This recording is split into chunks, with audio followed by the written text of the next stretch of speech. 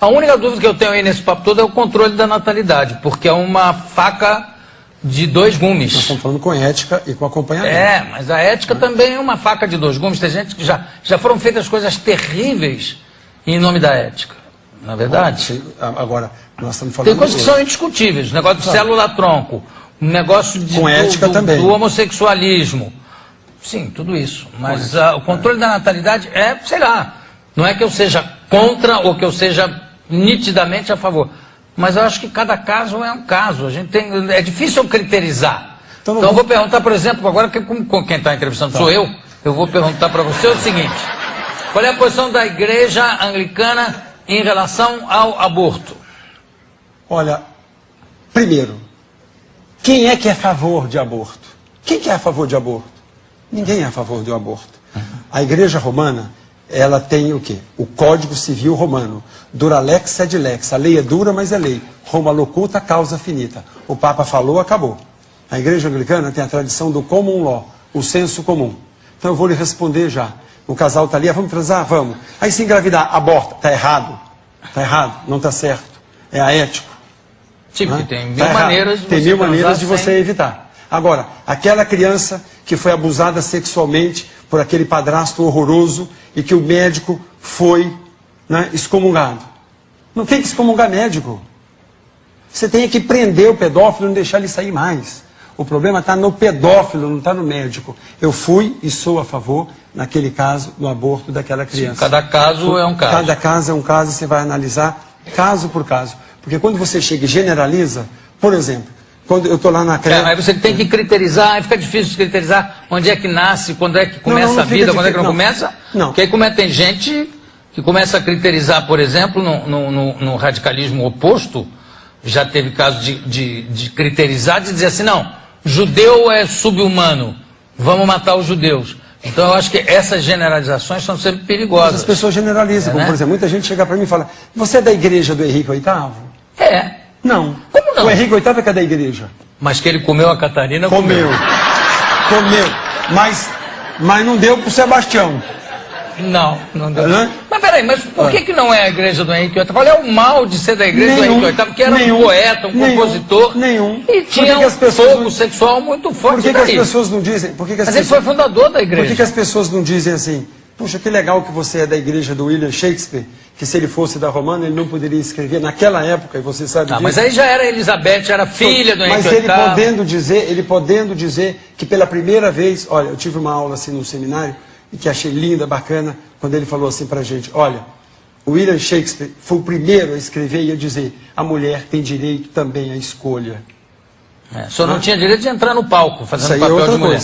Mas o teatro moderno surgiu na igreja, e a igreja anglicana colaborou. Você sabe que os pais da história americana, né? Você tem cada história bonita, Jô, que a gente poderia investir nisso. Mas peraí, reverendo, eu quero voltar ao negócio da fundação. Por que incomoda tanto? Não incomoda. Dizer que foi o Henrique VIII que fez a cisão. Aí sim, aí está correto. E que aí fundou. Ele trouxe de volta a autonomia para a igreja da Inglaterra. Para Church of England. Coisa que grilo de achar que mas foi não é grilo nenhum. ele... Não é grilo nenhum, porque se você estivesse lá, você não teria o celibato opcional, você não poderia ter... Mas você concorda que na época os critérios eram muito diferentes? Quer dizer, o fato dele matar a Ana Bolena, dele separar da Catarina, depois dele matar a outra também, na época não tinha o mesmo peso para as pessoas que tem hoje. Eu sei, mas o que acontece... Quer dizer, ele era rei, então ele podia... Tudo, tirou lá as coisas do bispo, tirou castelo, tirou propriedade, tudo que era contra ele tirou. Mas se ele não tirasse, os outros tiravam dele. Porque a igreja, você há de convir comigo, que naquela época também o Papa não era benevolente. E não, se você fizer um acordo de quem matou Papa mais... na época era uma maravilha. Quem matou mais? Quem matou mais? Henrique VIII ou a Inquisição de Roma? Agora, eu só acho ruim, João, quando as pessoas... Você acabou de dizer. O que eu não gosto é quando as pessoas... utiliza de uma forma como se fosse pejorativa. Né? Você não usa isso para ninguém. Mas não pode ser pejorativo, é um dado histórico. Mas é histórico, é bonito, mas é legal. Mas dizer que o Pedro Alves Cabral tinha mau hálito. E daí? Ainda bem que nós tivemos o Henrique VIII. Eu não sei também. Ainda bem que... Eu também não sei. Mas se abrir o túmulo hoje deve estar fedendo pra caramba. Hoje tem. Hoje tem. Mas, João, eu sou um entrevistado. Pois não. Vamos perguntar, que o papo está tão bom aqui. Tá bom, não tá? Essa conversa não tá boa? Ele só não perguntou agora ainda por que eu sou muito procurado para fazer casamento. Não, isso aí é de menos, para mim é menos importante do que ter você aqui conversando sobre quem você é e como você age, o que você pensa. Isso aqui é interessante. Legal. E é claro que a consequência disso é a série de casamentos que você faz, e que você abençoa casais. Não tem nada melhor do que isso, Nada. como E profissão. o que eu acho bacana, João, o que eu queria dizer, e foi que a palavra inicial que eu disse para essa plateia maravilhosa e para as pessoas que estão nos ouvindo em casa, é a seguinte, né? O livro de autoajuda mais vendido no mundo foi O Segredo. Você comprar o livro. O Segredo está baseado, vamos voltar no 7. Mateus 7, 7. Peça que você vai receber. Bata que a porta vai se abrir. Procura que você vai encontrar. Então, João, o que eu fiz foi o seguinte, eu fui para uma igreja, uma igreja que estava quase que fechando, a igreja anglicana, num bairro em Santo Amaro, disputar com as grandes igrejas católicas, que você sabe que não é fácil. Para quem é de São Paulo, se você chegar em São Paulo e falar, Igreja Nossa Senhora do Brasil, sei. Igreja São José, sei. Igreja Nossa Senhora de Fátima, sei. Ainda fiz comercial de graça. Igreja de Santa Rita, deixa eu puxar. Santa Rita, é. Para mim é Sardinha, Santa Rita de casa. Tem duas, tem no Paris, tem outra na Vila Mariana também. Também Enfim. tem a Catedral Anglicana de São Paulo, no alto da Onde Boa é que Vista. é? Isso que a gente... O jeito mais fácil é entrar no Google e colocar Catedral Anglicana de São Paulo, Aí já alto sabe. da Boa Vista, perto da Chácara Forte. Olha só, eu estava falando que você abençoa casais, o maior número, o que é maravilhoso. Você sabe que tinha, antigamente, quando tinha um dono de cartório, que se chamava, se eu não me engano, chamava-se Solfieri, e ele casava casais separados. Não tinha problema. Ele dava divórcios quando era proibido. E aí o Getúlio cassou o cartório dele, ele passou a assassinar, inclusive, Solfieri Furtado, porque ele achou que o Getúlio tinha roubado o cartório dele. E ele dizia, o argumento dele era fácil, ele dizia assim, eu não sou contra o casamento.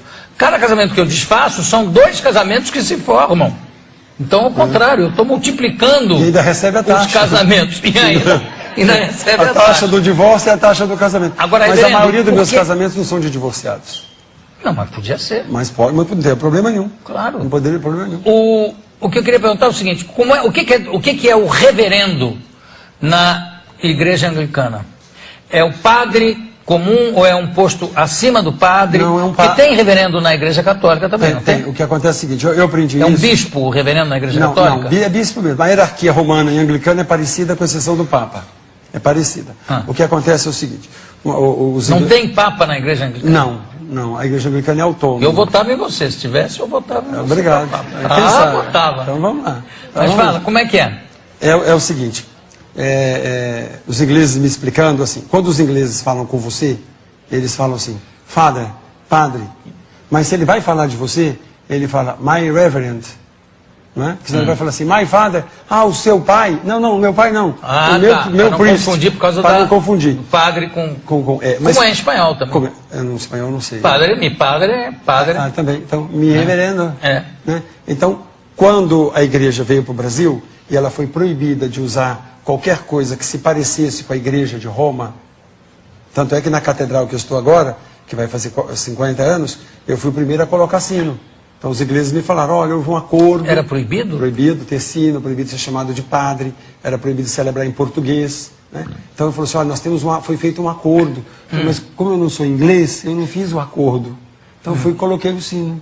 E o negócio do reverendo, quer dizer, o reverendo é um bispo? Não, eu sou um padre, eu sou um sacerdote. Meu padrinho de ordenação é o padre Zezinho, famoso da igreja romana, Sei. que Marcelo Rossi, todos os que estão aí, Sei. devem muito a Zezinho. Mas então, é isso que eu digo, qual é o que você falou, eu sou bispo, você é bispo? Não, porque eu não sou bispo, nem quero. Não, eu digo o equivalente Não, eu sou equivalente ao padre. Eu sou um padre. Só que como eu estou numa catedral, numa igreja romana, eu seria o titular da catedral. Na Inglaterra se chama Dean, é o deão, é um posto, lá na Inglaterra é muito importante. Sim. Inglaterra, Canadá e Estados Unidos. Agora aqui no Brasil nossa igreja é muito pequena, né? Mas eu sou um pároco de uma igreja, um vigário de uma igreja.